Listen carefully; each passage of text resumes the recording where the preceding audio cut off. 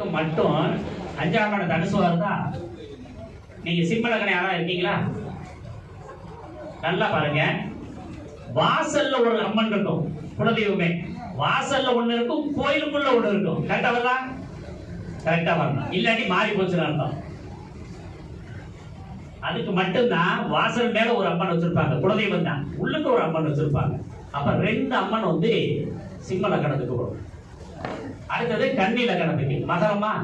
அப்ப நமக்கு எப்படி இருக்கணும்? கோயிலுக்குள்ள போகும்போது குளத்துக்குள்ள இறங்கியோ பாதி சேரு தண்ணி, பாதி தண்ணி நிற்கும், பாதி பிரச்சனைகள் இருக்கும், நடக்க முடியாத பாதைகள் இருக்கும்.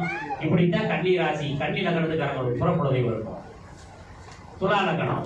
நீங்க துலா லக்னம்னு எடுத்துட்டீங்கன்னா முதல்ல வந்து அங்க சாமி இல்லாம பூஜை பண்ற முறை ஒண்ணு இருக்கும்.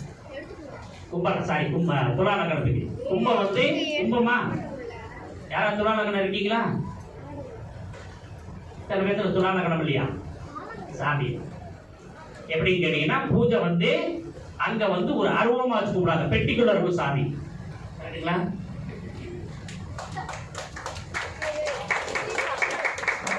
மாய கட்டி இல்லாடி பூஜை பண்ணுவாங்க. இந்த மாதிரி நம்ம எடுக்கணும். அடுத்து மீனமாக இருந்துச்சுன்னா, அப்ப மீனம்னா விருச்சிக லக்னத்துக்கு மீனம் வந்து 5ஆம் இடம் வந்துருதா? அப்ப மீனத்துக்குள்ள வந்து பாத்தீங்கன்னா கையில ஏதாவது ஒரு பொருள் இருக்கும். அது என்ன பொருளா இருந்தா ரொம்ப பவர்ஃபுல்னா ஏதேனும் ஒரு பறவை இருக்கணும். ஏன்னா அது பறவை ராசி. புரியுதா இல்லைங்களா? பறவை ராசி. அப்படி இல்லைன்னா சமுத்திரம் போன்ற ஒரு குளத்துக்கு பக்கத்துல அந்த அம்மன் கோயில் இருக்கும்.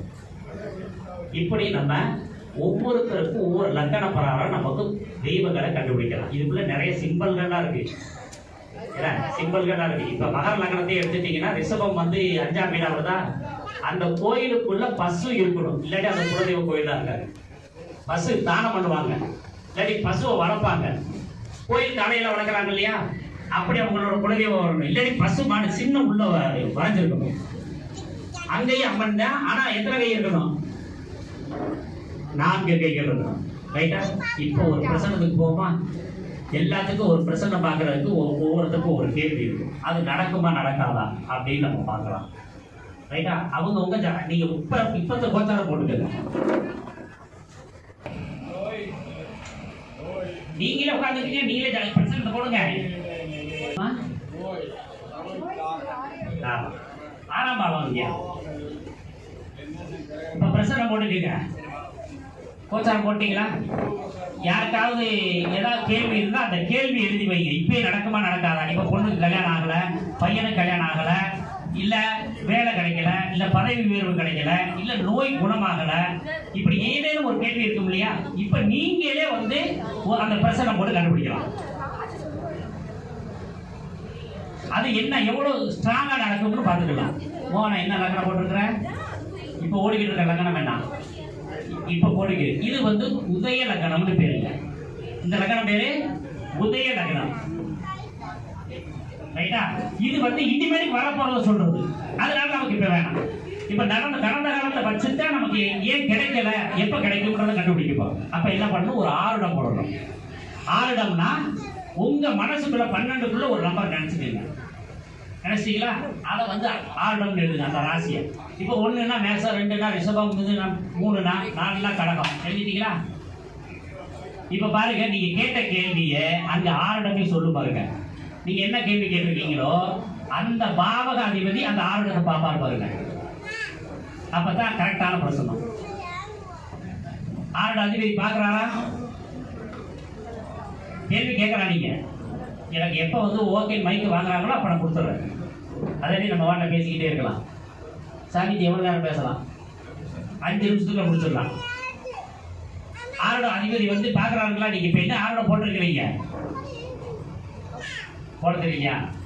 12க்குள்ள ஒரு நம்பர் நினைச்சுக்கோங்க. நினைச்சீங்களா? என்ன நம்பர்? 5. அப்படின்னா எத்தனாவது? என்ன ராசி? சிம்மம். அப்ப சிம்மத்தை போடுங்க. என்ன கேள்வி உங்களுக்கு? குழந்தை பாக்கியமா? திருமணம். ரைட்டா? இப்ப அந்த 6 சிம்ம லக்னத்துக்கு 7ஆம் இடம் தானே திருமணம் சொல்றது. எங்க போய் மறைஞ்சிருக்காரு? சிம்மத்துக்கு 7ஆம் இடத்துக்கு 8ல போய் மறைஞ்சிட்டாரு. இப்ப நடக்குமா நடக்காதா? அந்த பொண்ணு வேணாம்னு சொல்லிக்கிட்டு இருக்கான். நீங்க நான் அந்த பொண்ணு எனக்கு வேணாம்னு சொல்லிக்கிட்டு இருக்கான். ரைட்டா? உண்மைதானே? ஏன்னா அங்க போய் ஒரு லாக் இருக்குது. ஐடியா தெரிஞ்சிருச்சுங்களா? ரொம்ப எளிமையா போடலாம். ஐயா நீங்க சொல்லுங்க, ஏது நினைச்சீங்க கல்யாணம் ஆகணும்? செவ்வாய் எங்க இருக்காரு இப்ப? ஐயா செவ்வாய் எங்க இருக்காரு? மிதுனத்துல இருக்காரு. ரைட்டா? அப்ப 9ஆம் இடம் பாக்கியத்துக்கு வந்துருச்சா? 7 கோடி 9ஆம் இடம் இருந்துச்சா? உங்க சொந்தத்திலேயே ஒரு பொண்ணு வரும். இப்ப உங்க சொந்தத்திலேயே வரும். ரைட்டுங்களா? ஆமா ஆமா. பொண்ணு இருக்கா? தகப்பன் வழி சொந்தத்துல பொண்ணு இருக்கா? அமையல. நீ வரும். வந்துரு அப்படியே உட்காந்துக்கீங்க. ஐயா புரிஞ்சா? 7ஆம் இடத்து அதிபதி 9ஆம் இடம் பாக்கியம் இருக்காரா? அப்ப அந்த பாக்கியம் கிடைச்சிருமா இல்லையா? ரைட்டா? ஓரளவுக்கு புரியுதா பிரசன்னா? வேற யாருக்கு போட்டிருக்கீங்களா? எல்லாருக்கும் வந்துருச்சா? அப்ப எது மிஸ்டேக் ஆகும்? இப்ப நம்ம கேட்ட கேள்விக்கு உரிய பாவக அதிபதி 6ஆம் இடம் 8ஆம் இடம் 12ஆம் இடத்துல மறைஞ்சு பாதகாதிபதியோட தொடர்பு இருந்தா அந்த கேள்வி நடக்காது. அந்த கேள்வி நடக்காது. அப்ப சுபஸ்தானங்கள்ல இருந்தா நல்லது. இப்ப ஒரு சின்ன பிரச்சனை ஒன்று போடுவோம்.